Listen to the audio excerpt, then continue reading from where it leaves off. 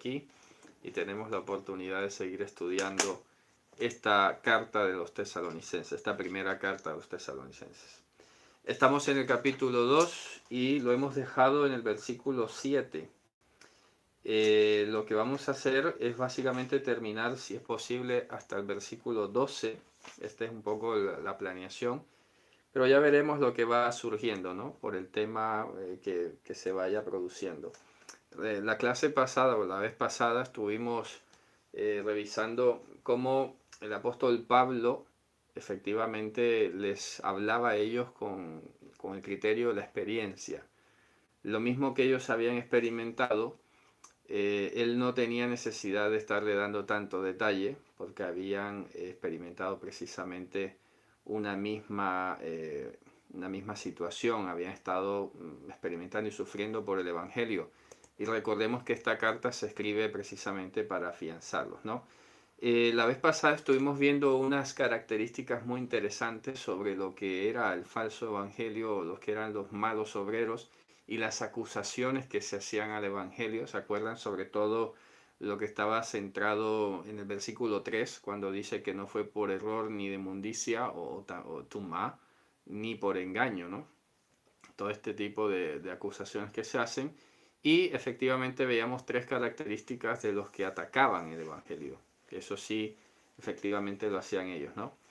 Entonces, habíamos terminado el versículo 7 como el apóstol Pablo había dicho, pues esa relación bastante profunda, ¿no? De una madre, en este caso, es muy curioso porque decíamos la lactante, ¿no? La mujer que daba el pecho, principalmente. Y ahora, lo que vamos a ver a continuación, Pablo apela también a la figura, de este caso, del padre. O sea, es impresionante, ¿no? Recordemos que en alguna ocasión hemos visto que la figura del amor maternal es la figura del amor incondicional y la figura del amor paternal es la figura de ese amor que te forma, es el amor que te tiene que decir las cosas como son. Pero la unión de los dos hace un equilibrio espectacular, la incondicionalidad, pero esa incondicionalidad no tiene por qué anular el decir las cosas como son, ¿vale? Y ese es un equilibrio muy impresionante que marca el apóstol Pablo aquí, ¿no? Entonces vamos a ir directamente al versículo 8, que dice, lo voy a traducir aquí más directamente del griego para ir destacando ideas. Dice, así, de ese modo del que viene hablando, de esa incondicionalidad, de ese modo, habiendo deseado pasarlo bien con ustedes, compartir con ustedes también, no solamente, o sea, todo esto tenía ese propósito, repito, pasarlo bien. Pasarlo bien, en este caso significa en griego eudokomin, tiene que ver con el hecho de dejar las cosas en un estado adecuado. O sea, no se puede concebir el pasarlo bien sin que las cosas estén arregladas. Es decir, este pasarlo bien no se refiere a vamos a disfrutarlo aquí, porque esto pasa a veces, ¿sabes? Esto pasa hoy en día en muchos lugares, no voy a decir especificaciones, pero parece que entonces comienzan a extrañar las cosas del mundo, la buena vida, la buena comida, la vida social y tal, y creen que eso es pasarlo bien. El pasarlo bien que se está hablando aquí tiene, repito, tiene que ver con dejar las cosas bien arregladas, bien equipadas. De eso se trata. Entonces dice, pasarlo bien, compartir con ustedes. Este caso significa como, en griego dice metadune, que sería como dar más allá. Dar más allá, dar como un extra o ir más allá del dar. Más allá del dar que podía ser perfectamente el físico. Yo muchas veces, por ejemplo, he dicho que no solamente se trata de dar una moneda en la calle o una ayuda a alguien, sino decirle, esto te lo envía el Señor. ¿Me explico? Ese es el metadar. El metadar, literalmente en griego dice así. Entonces dice, habiendo cariñosamente pasarlo bien con ustedes, compartir, es decir, ir más allá del dar con ustedes. Y no solamente entonces el Evangelio de Dios, fíjate tú que aquí lo dice como a la inversa, porque primero enfatiza el Evangelio de Dios y dice, sino también nuestras propias vidas, porque ustedes han venido a ser muy amados. O sea, normalmente nosotros vamos a ver en el dar lo material, ¿no? Lo físico, lo tangible. Pero Pablo, de una manera muy sabia, les pone a ellos en perspectiva que ese dar más, ese ir más allá, es el Evangelio de Dios. Y aquí me voy a detener porque esta expresión es muy llamativa. En este texto, en 8 y 9, lo repite, en estos dos versículos. Entonces vamos a recordar que es el Evangelio de Dios. Así dice literalmente.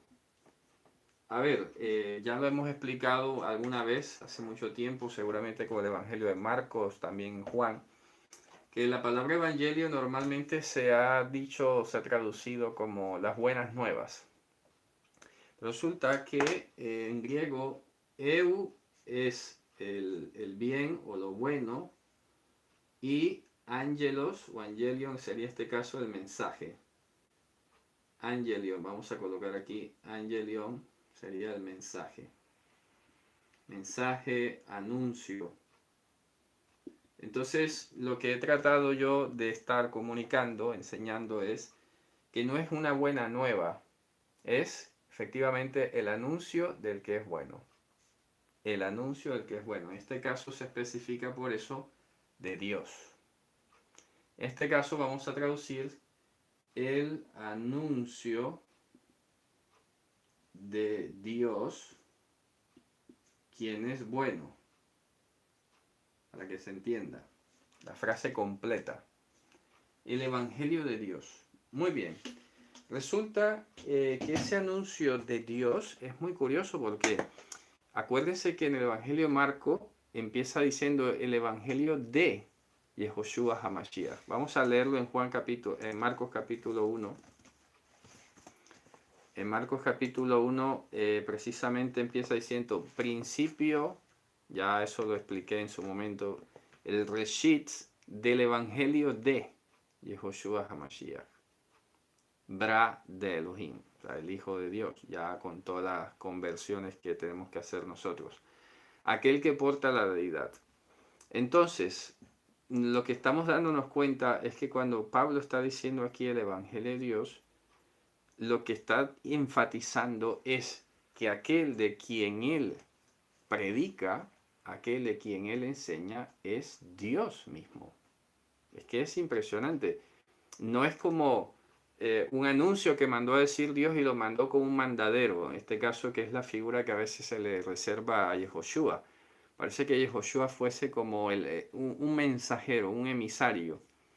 Y resulta que parece que todo el crédito, entre comillas, ¿no? Porque se crea una sensación muy extraña. Parece que igual Dios, es más grande y Yehoshua queda siempre como el más pequeño. Pero resulta que aquí está diciendo el Evangelio de Dios. Esto está diciendo básicamente es que es Dios mismo en persona el que estuvo aquí. No fue otro. Como bien también lo dice en la carta a los Gálatas que hice esa explicación. ¿Cuándo? Vamos a recordarlo porque es un versículo nomás. Gálatas 1:1.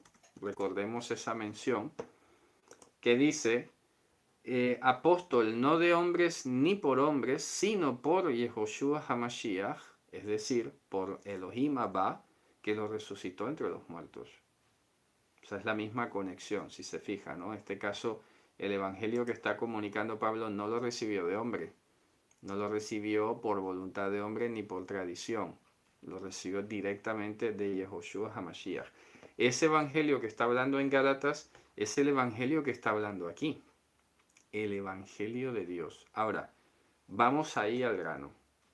Esto es definición apenas, ¿no? El concepto.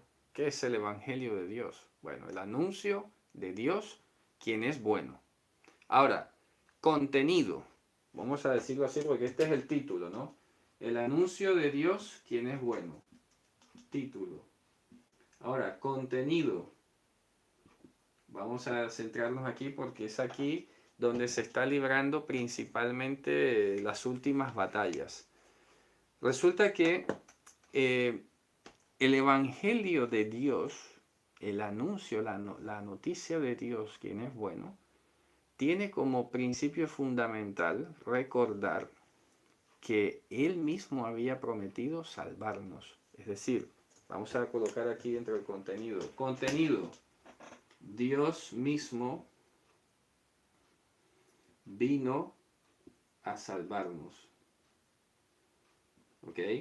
Dios no anuló su palabra. Ya lo está diciendo. Yo no he venido a anular la Torá o los profetas. ¿Ok?